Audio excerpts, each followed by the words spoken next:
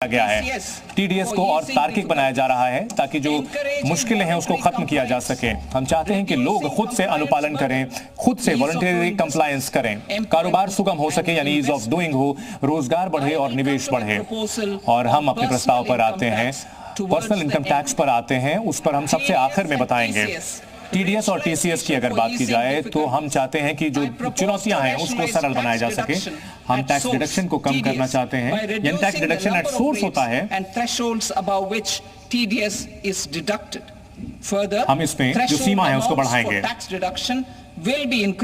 जो सीमा है वो बेहतर, इसमें ये एक समान हो पाएगा। टैक्स डिडक्शन की जो सीमा है उसकी सीमा है वो सीनियर सिटीजन के लिए दुगनी की जा रही है। अभी 50,000 रुपए है, उसको बढ़ा करके 1 लाख की जा रही है सीनियर सिटीजन के लिए। इसी के अलावा साथ साथ 2.4 लाख रुपए की जो सालाना सीमा है टीडीएस की, उसे बढ़ा करके 6 लाख किया जा रहा है किराए पर। किराए पर जो सीमा है वो 2.4 लाख से बढ़ा करके उसको 6 लाख किया जा रहा है। और इससे जो छोटे टैक्स पेयर्स हैं उनको फायदा मिलेगा। और इसके अलावा जो टीसीएस होता है, टैक्स कलेक्टेड एट सोर्स, इसमें जो आरबीआई से जो अंतरण होता है यानी रेमिटेंस आता है विदेशों से, उसको 7 लाख से बढ़ाकर 10 लाख किया जा रहा है। ये सीमा बढ़ाई जा रही है। और इसमें जो शिक्षा के क्षेत्र में, शिक्षा के मकसद से जो लोन लिया जा रहा है, टीडीएस और टीसीएस की अगर हम बात की जाए तो वो किसी भी बिक्री के सामान पर लागू होगा। और ऐसे में जो अनुपालन की जो समस्याएं होती हैं यानी कंप्लायंस डिफिकल्टी होती है, उसमें हम टीसीएस का प्रस्ताव दे रहे हैं। तो नॉन पैन केसेस जो होंगे उनमें ही ज्यादा टीडीएस लगेगा। जुलाई 2024 में टीडीएस की जो ड्यू डेट की हमने इसको जो तय सीमा पर नहीं दे पाए थे उसको अपराध के दायरे से बाहर कर दिया था। अब इसे हम टीसीएस में भी लागू कर रहे हैं। प्रधानमंत्री नरेंद्र मोदी के नेतृत्व में जो सरकार है वो सबका साथ सबका विकास में, सबका विश्वास और सबके प्रयास में यकीन करती है। और इसी के आधार पर हमने रिटर्न की फैसिलिटी को बेहतर किया था 2022 में, जिसमें लोग खुद से वॉलंटरी कंप्लायंस करें यानी खुद से अनुपालन कर रहे थे। तो हमने जो टैक्स पेयर्स पर जो भरोसा जताया था वो काफी अच्छा रहा।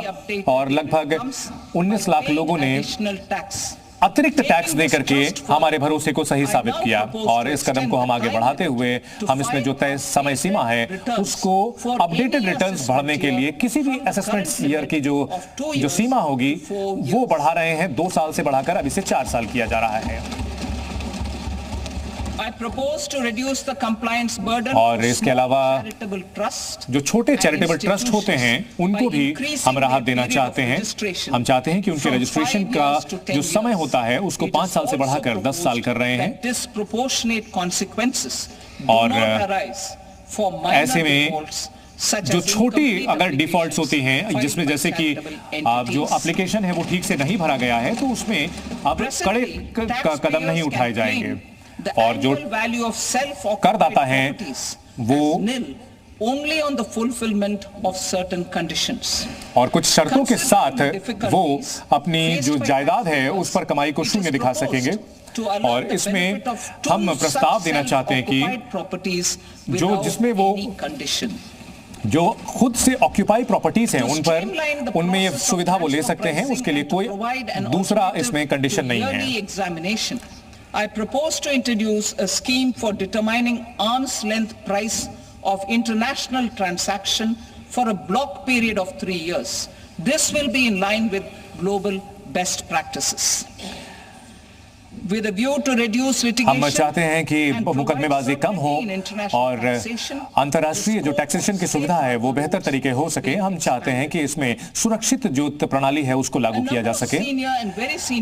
हमारे जो सीनियर सिटीजन और जो काफी पुराने लोग हैं जिनके पास नेशनल सेविंग स्कीम्स अकाउंट हैं और ऐसे जो अकाउंट्स हैं उन पर ब्याज नहीं दिया जाता है, तो हम चाहते हैं कि एनएसएस में जो इंडिविजुअल हैं, जो लोग हैं, 29 अगस्त 2024 के बाद जो लोग इसमें से पैसे निकालते हैं, एनपीएस वात्सल्य योजना के लोगों को भी इसमें इसी तरह का फायदा मिलेगा।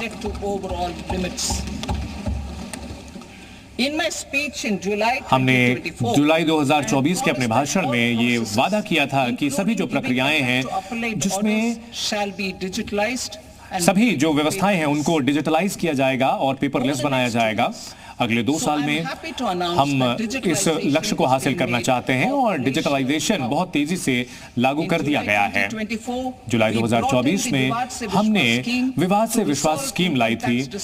हमारा मकसद ये था कि हम टैक्स से जुड़े हुए जो विवाद हैं उनका निपटारा किया जा सके और इसको बहुत जबरदस्त रिस्पॉन्स मिला है और लोगों ने इस पर अच्छा रिस्पॉन्स दिया है और इसमें बड़ी संख्या में टैक्स पेयर्स ने अपनी जो दिक्कतें थी, जो विवाद थे, उनको सुलझाने की ओर कदम बढ़ाया है। हम चाहते हैं कि रोजगार आगे बढ़े और जो बाहर रहने वाले भारतीय हैं